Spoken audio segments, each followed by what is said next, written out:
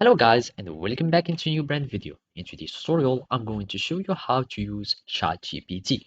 So make sure you watch the video to the end and follow these simple steps. So first, you will need just to go to the ChatGPT website. All you need to do is to type chat.openai and you will need just to log in into your account and sign in. And after that, you will be able to start using your ChatGPT.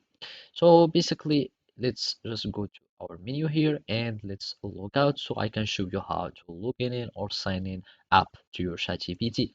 So basically, if you sign up, you can see many ways to sign in up, either with your Microsoft account, Apple, or Google account. If you already have one, you can just continue with your Google, etc. So I'm just going to use my Google account here, and basically I will be able to connect to my account, and from here you can start your chats.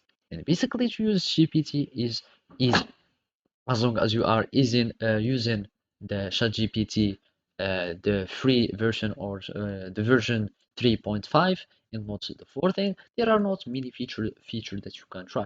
So basically, now you will need only to start your promptings and ask any question to your ChatGPT. For example, write code, a Python or any language that you want. For example, a Java code of multiplication function or anything,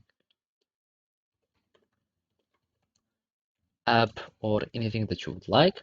And basically it will start like creating or giving the code for your app. For example, this is the class multiplication app, and it will start giving you everything that you want, like etc.